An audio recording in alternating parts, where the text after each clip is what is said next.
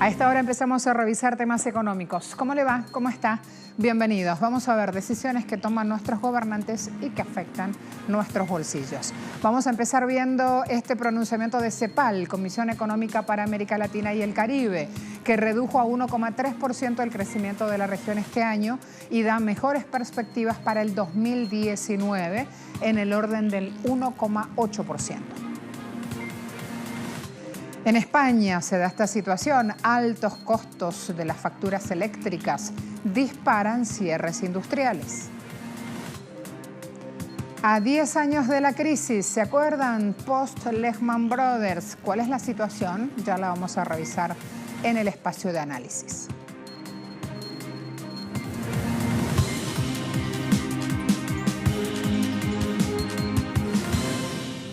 Fíjense esta situación, se dio en Argentina. Un grupo de usuarios de aplicaciones se unieron para formalizar un nuevo sindicato que vele por sus derechos laborales vigentes, contemplados en la Constitución del país. Más de 100.000 argentinos trabajan como corredores para servicios de aplicaciones en el país. Se suben a la moto, hacen el traslado que les pide esta empresa, son clasificados como independientes, por lo tanto no los toman en cuenta para gozar de los derechos laborales que les da la ley en Argentina y que cubriría beneficios de salud, planes de jubilación, accidentes de trabajo. A raíz de la crisis, muchos jóvenes argentinos acuden a este tipo de empleo totalmente precario y por eso justamente la informalidad está al tope por estos días. Cada vez son más por la crisis que se vive. Por lo tanto, hay un sindicato nuevo entonces, el Sindicato Provisional. Ya han mantenido reuniones con legisladores buscando que escuchen sus demandas, buscando establecer acuerdos básicos de empleos para el sector y preparándose justamente para esta nueva coyuntura. Simplemente el futuro de trabajo es incluir más tecnología, que la tecnología, como todos sabemos, nos hace más fácil y más rápido las cosas. Pero los trabajadores seguimos siendo trabajadores de hace un siglo. Se tiene que respetar y se tiene que reconocer a las personas como trabajadores, porque con esta nueva tecnología nos están viendo como si fuésemos robots, como si no participáramos. Y nosotros movemos las plataformas en 99%, los trabajadores, somos trabajadores. Por lo tanto, este futuro del trabajo lo queremos construir todos.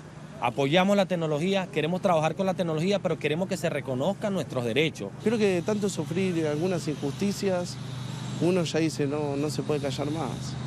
Llegas a una determinada edad que decís, ¿cuántos pisoteos uno sufrió, no? Son 20 años laborales. Y decís, ¿hasta cuándo? ¿20 años más? Me jubilo. 25 más, me jubilo. Y 25 años más de abuso sin reclamar un derecho. Yo creo que hay un momento en la vida que uno tiene que decir basta, ¿no? Y plantar su bandera y ver quién la saluda, como quien dice, ¿no? La crisis económica actual empuja a los argentinos a reinventarse. Así intentan dar justamente respuesta en sus hogares. El desempleo en Argentina aumentó a casi el 10% en el segundo trimestre de 2018, significando 2% más que finales del año pasado. En el área metropolitana de Buenos Aires, donde vive la cuarta parte de la población, la cifra ronda los 12,4%, mientras que en Rosario, la tercera ciudad del país suramericano, la cifra se eleva al 18% para menores de 30 años. Los argentinos están preocupados, deben dar respuesta a sus compromisos antes de final de mes y las alternativas que han encontrado es reinventarse llevando a cabo diversas labores, desde arreglos en las casas, ventas en la calle, como ofrecer servicios de taxi en carros particulares. ¿Es Uber o robar? No voy a robar, pero no puedo quedarme quieto. Tengo unos ahorritos, no me los quiero comer, por eso estoy luchando. Según el Centro Nacional de Economía Política, en septiembre del presente año, 8.500 personas fueron despedidas tanto con o sin salario reducido. Una décima parte de esta población se debió al cierre de las empresas. La mitad de los despidos se produjo en el sector público, que ha perdido 32.000 empleos, representando el 13% de la fuerza laboral desde diciembre de 2015. En la actualidad, 7.000 personas fueron despedidas forzadamente, generando en los argentinos incertidumbre, estrés y depresión por su futuro laboral. Porque ha habido compañeros que han caído en depresiones muy profundas, de hecho han fallecido compañeros a causa de la depresión de perder el trabajo, un compañero se ha suicidado.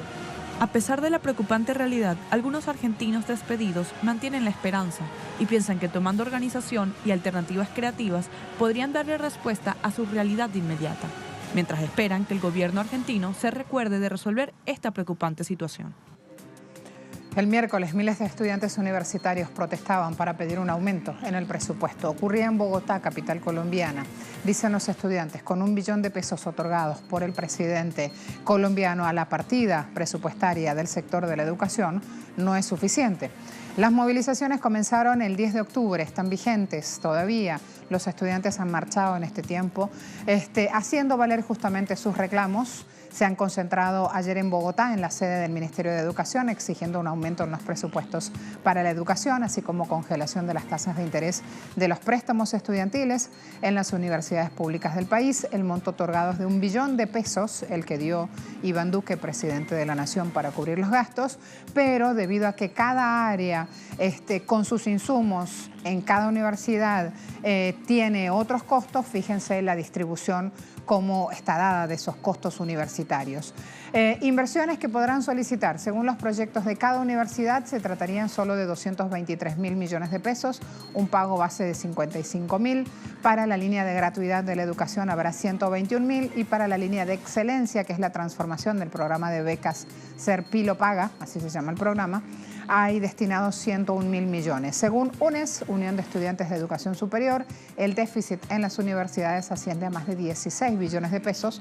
Por esto piden sanear justamente a 10 años esta situación, revisar estos números. Piden también, exigen un incremento en el presupuesto de 4,5 billones de pesos para las instituciones públicas. Les decía en titulares, esta información aportada por CEPAL. Comisión Económica para América Latina y el Caribe redujo a 1,3% el crecimiento de la región este año y para el 2019 ese indicador de crecimiento está parado en el 1,8%. Según un comunicado que emitió en la base central, CEPAL reconoció una baja de 1,5 a 1,3% por diversas causas, entre ellas el deterioro, dicen, del ambiente financiero con altos niveles de deuda corporativa acumuladas a lo largo de los años. Este es uno de los riesgos mayores para economías más expuestas a los cambios y para las tensiones comerciales que hoy se viven y que no solo impactan en el volumen del comercio global, sino también en la tasa de crecimiento del mundo a mediano plazo. También para los precios de materias primas cambia el panorama. Recordemos, economías sudamericanas son especializadas en la producción de bienes primarios. A pesar de las tensiones, CEPAL proyectó una expansión promedio de 1,8% para el 2019. Para Centroamérica ese año la elevó a 3,2%, mientras que para el 2019, se espera una alza de 3,3%. Caso Caribe, promedio 2018 1,9%, mientras que para el 2019 ese crecimiento se pronostica en 2,1%.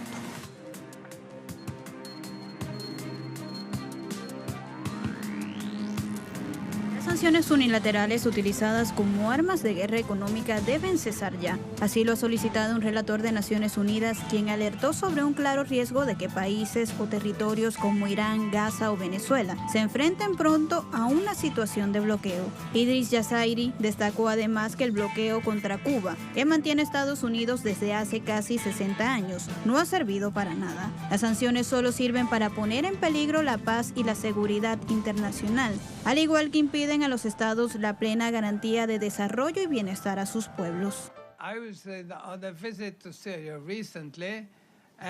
Estuve en una visita a Siria recientemente y pude ver que las sanciones aplicadas a Siria en nombre de proteger a la población de las violaciones de derechos humanos de su gobierno estaban agregando a través de nuevas sanciones sufrimientos adicionales y denegaciones de derechos humanos para esa misma población de la que dijeron estaban preocupados y querían proteger de las violaciones de derechos humanos cometidas por su propio gobierno.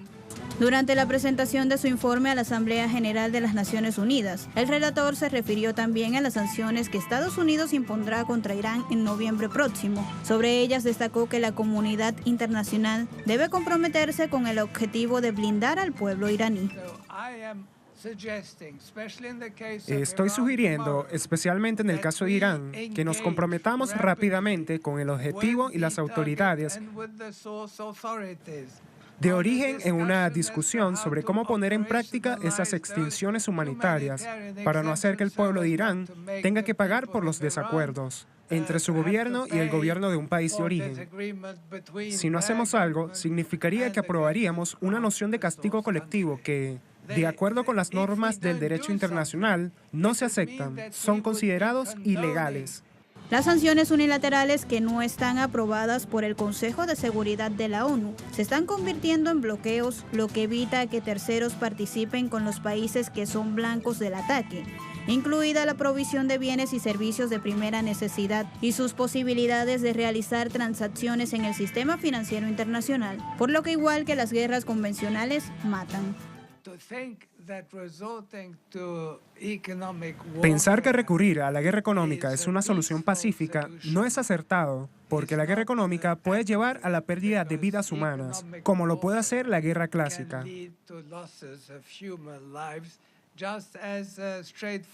La única diferencia es que en la guerra económica las personas mueren en silencio por falta de medicamentos y en la guerra clásica mueren con una herida de bala, pero todavía mueren. En la actualidad existe entre un cuarto y un tercio de la población mundial que vive en países bajo efectos de sanciones unilaterales. A la vuelta de la pausa vamos a hablar del Brexit. Theresa May, recordemos, está reunida con funcionarios de la zona euro. Hay un encuentro vital justamente y allí se activan mecanismos rumbo a este Brexit. Ella dice, estamos listos si quieren para una pausa larga. No vemos necesidad de ella, pero si quieren, hay.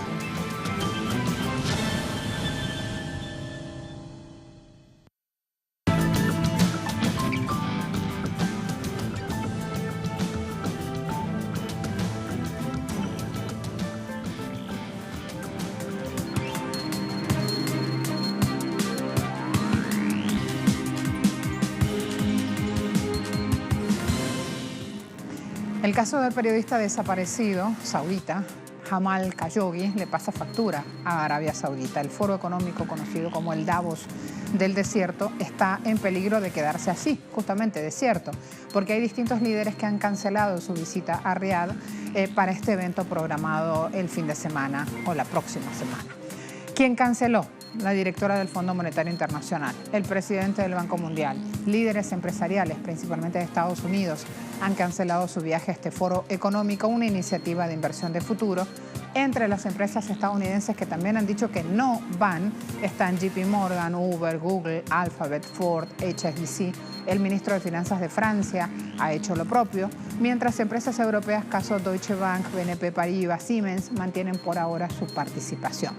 Quien sí ha declarado que va a asistir es el secretario de Tesoro de Estados Unidos, Steve Mnuchin, en una nueva muestra de apoyo justamente del gobierno de Donald Trump a la monarquía de Arabia Saudita. Este evento, que se lanzó bajo el lema ambicioso, un borrador para el siglo XXII, se perfilaba como símbolo de modernización de Arabia Saudita, hasta que ocurrió esta desaparición del periodista. El año pasado se había anunciado, de hecho, la creación de una ciudad del futuro con una inversión de $500 mil millones.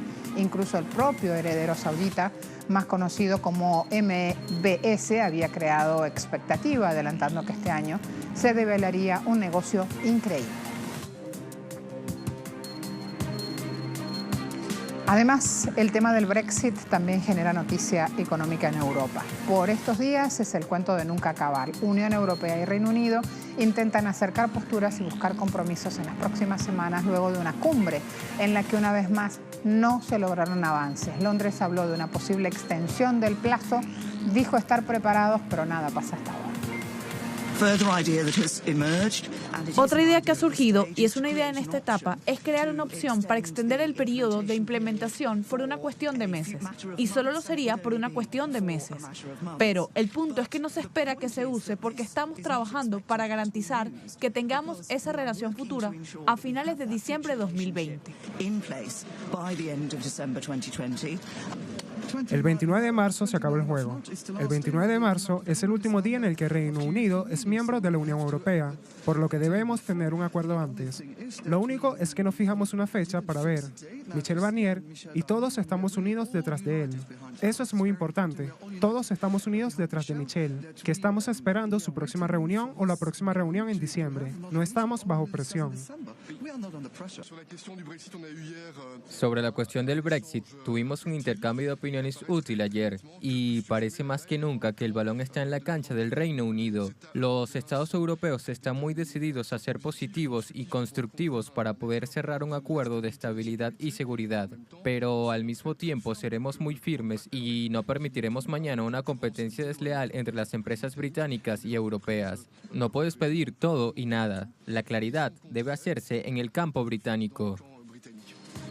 En España la crisis energética no se consume. Altos costos eléctricos provocan una ola de cierres en fábricas e industrias. Múltiples son las compañías que se ven obligadas a clausurar actividades. Alcoa, empresa estadounidense, la tercera más grande productora de aluminio en el mundo, anunció el cierre de 3 de sus fábricas en España, justificando altos costos energéticos. La mexicana Cemex también anunció la clausura de otras 2 fábricas. La alemana Arcelor ha paralizado línea de galvanizado en Asturias.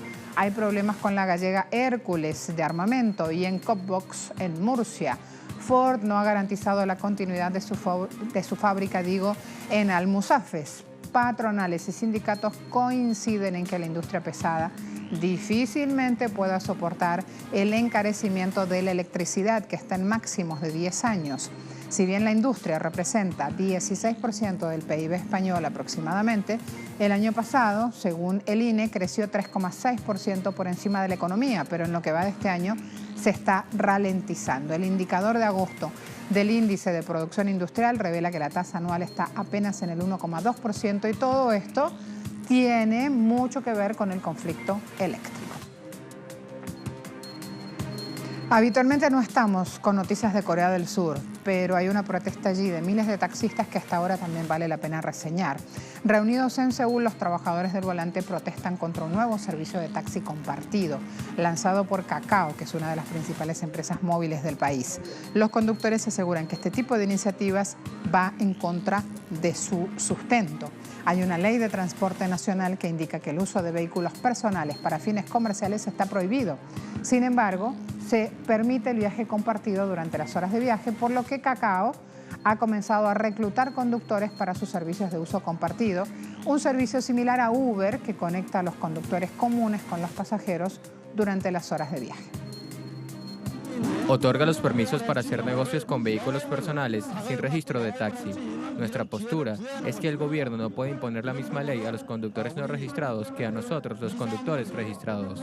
Hoy en día unos 30.000 taxistas han detenido su servicio y se han reunido en la plaza. Es porque los grandes conglomerados como Kakao Corp están tratando de acabar con nuestro mercado de taxistas al iniciar un negocio similar a un taxi a través de una aplicación de viaje compartido. Estamos reunidos aquí para defender esto, por nuestro derecho a vivir. Apenas me pagan 2 millones de wones al mes, aunque conduzco 12 horas al día. Si Kakao lanza un servicio de viaje compartido, no habrá ninguna razón para operar un taxi. ¿Quién será un conductor de taxi? Prefiero ser un conductor de viaje compartido que un conductor de taxi. La industria de los taxis desaparecerá al final. Por eso estoy en contra del servicio de transporte compartido. A la vuelta de la pausa vamos a analizar 10 años después de la crisis de Lehman Brothers. ¿Se acuerdan cómo estamos? ¿Hacia dónde vamos? Sumamos a raíz de estos 10 años de conmemoración más informaciones sobre el tema.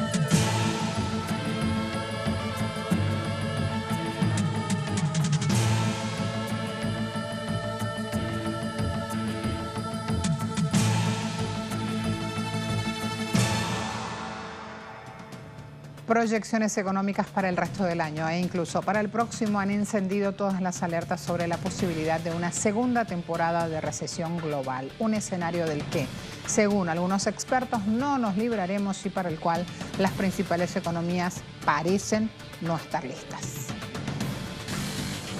A una década de la erupción de la crisis financiera mundial, la economía global ha continuado dando tumbos. La mayoría de las grandes economías todavía está creciendo muy por debajo de las tasas anteriores a 2007, cuando estalló la burbuja inmobiliaria tras la quiebra de los Lehman Brothers. Japón, la tercera economía mundial, se contrajo durante el primer trimestre un 0,2%, rompiendo así su mayor ciclo expansionista de las últimas décadas. En la zona euro, aunque los países siguen creciendo, el ritmo de expansión perdió ímpetu. El Producto Interno Bruto ha moderado su expansión al 0,3% en el segundo trimestre, mientras que Estados Unidos, pese a que tuvo un rendimiento particularmente bueno durante el segundo trimestre, con una tasa anualizada del 4,1%, el ritmo más alto en casi 4 años. La gran pregunta es si puede sostenerse por encima del 3%, como promete el presidente Donald Trump, o se moderará a un nivel más próximo a su potencial del 2,5%, ya que parte del impulso se atribuye a las exportaciones de soja en anticipación al arancel chino. Los índices de crecimiento son demasiado lentos por demasiado tiempo, según reconoce incluso el Fondo Monetario Internacional, consecuencias de políticas monetarias alejadas de la economía real y de políticas de recortes, pues muchas corporaciones no financieras que obtuvieron préstamos, aprovechando bajas tasas de interés en lugar de invertir, utilizaron el dinero prestado para volver a comprar sus propias acciones o para adquirir otros activos financieros, especulación financiera que nada ayudó a la economía real. Hoy ese escenario se entremezcla con otros factores que amenazan con el estallido de una segunda temporada de la Gran Recesión, un proteccionismo en una dirección que contradice con la política de expansión hacia afuera de las transnacionales de Estados Unidos, la caída del precio de las materias primas sumada al desequilibrio del mercado energético y los problemas de deuda en los llamados países emergentes que se agudizan con la inversión de la ruta de los capitales. Un cóctel de hechos que, tratados al mejor estilo del capitalismo en su fase neoliberal, frenan la economía, situación que para Lawrence Summers fuerza a la política económica a elegir entre crecimiento mínimo o burbujas que en cualquiera de los casos demuestran que las políticas monetarias actuales atrapadas en viejos esquemas hacen que cualquier adversidad sea inmanejable. Así todo indica que las principales economías del mundo no han tenido el coraje y el liderazgo para enfrentar los retos y las nuevas realidades, y en consecuencia han caído en graves errores, generando incertidumbre, desconfianza e inestabilidad en la economía mundial.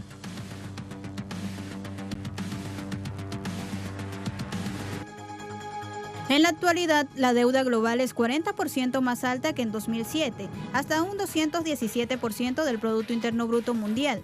El sistema bancario ha crecido de 28 billones de dólares en 2010 a 45 billones en 2018. Los bancos estadounidenses dominan más que nunca. Los 5 más grandes, que se consideraron demasiado grandes para quebrar, ahora representan el 47% de todos los activos bancarios de Estados Unidos, en comparación con el 44% en 2007. Los nuevos gigantes bancarios de Asia se han expandido rápidamente y son los bancos británicos y europeos los que se contrajeron, ya que las autoridades de Estados Unidos exigieron que competidores europeos como Barclays y Deutsche Bank proporcionen más capital a sus operaciones de Estados Unidos o se retiraran. Durante la última década, los préstamos denominados en dólares para prestatarios de mercados emergentes crecieron en un 17% cada año, llegando a China, Brasil, Chile, Turquía, Argentina, Indonesia, entre otros, unos 3,7 billones de dólares en total. Se impusieron multas de 321 mil millones de dólares a los banqueros. Fue un pequeño porcentaje de la liquidez y los activos públicos que los contribuyentes ingresaron. A diferencia de la década de 1980, cuando estalló una crisis bancaria mucho más pequeña en Estados Unidos, que encarceló a más de 1.000 banqueros, no se realizaron arrestos por delitos financieros relacionados directamente con las actividades tóxicas de los financieros que llevaron a la crisis de 2008. Ante ese escenario, Yanis Varoufakis, economista, exministro de Finanzas de Grecia, se pregunta, ¿hay que tener miedo? Y responde, desde luego que sí. Otro que ve en la continuidad de las viejas recetas una crisis igual o peor a la del 2007 a la vuelta de la esquina. Enciende también sus previsiones, sobre todo para Europa.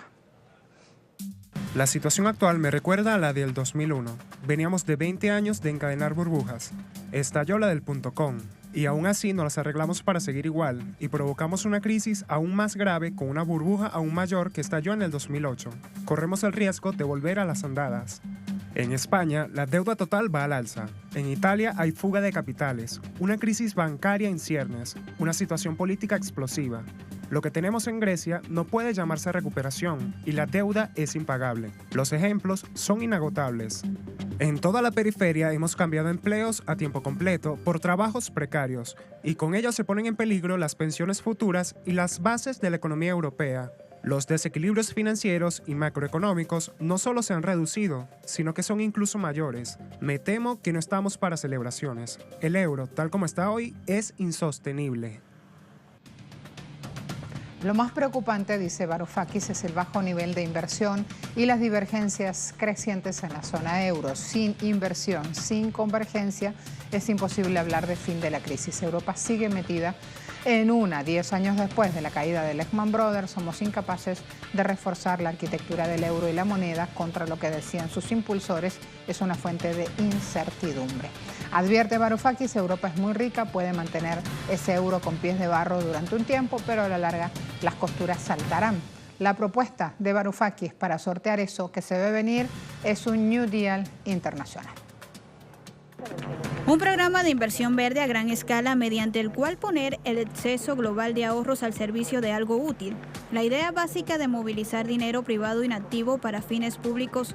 Según su concepción, de esta manera el conjunto disponible de ahorros globales proporcionaría los fondos para inversiones importantes en los empleos, las regiones, los proyectos de salud y educación y las tecnologías verdes que la humanidad necesita. Varoufakis habla de tratados de comercio justos basados en el salario mínimo vital para los países pobres y un plan de garantía de empleo para las regiones desfavorecidas de los países más ricos. Además, apuesta por un nuevo sistema monetario internacional, una unión mundial de compensación de capital y comercio. La tarea aquí es reequilibrar el comercio y crear un fondo de riqueza internacional para financiar programas para aliviar la pobreza, desarrollar el capital humano, apoyar a las comunidades marginadas e invertir en la transición verde en todo el mundo. Y no solo en el mundo en desarrollo, sino también en los cinturones industriales de Estados Unidos y Europa.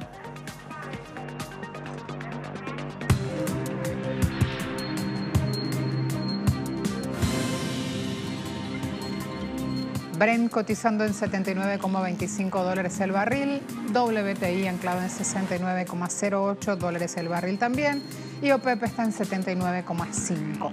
Hasta luego, gracias a todos.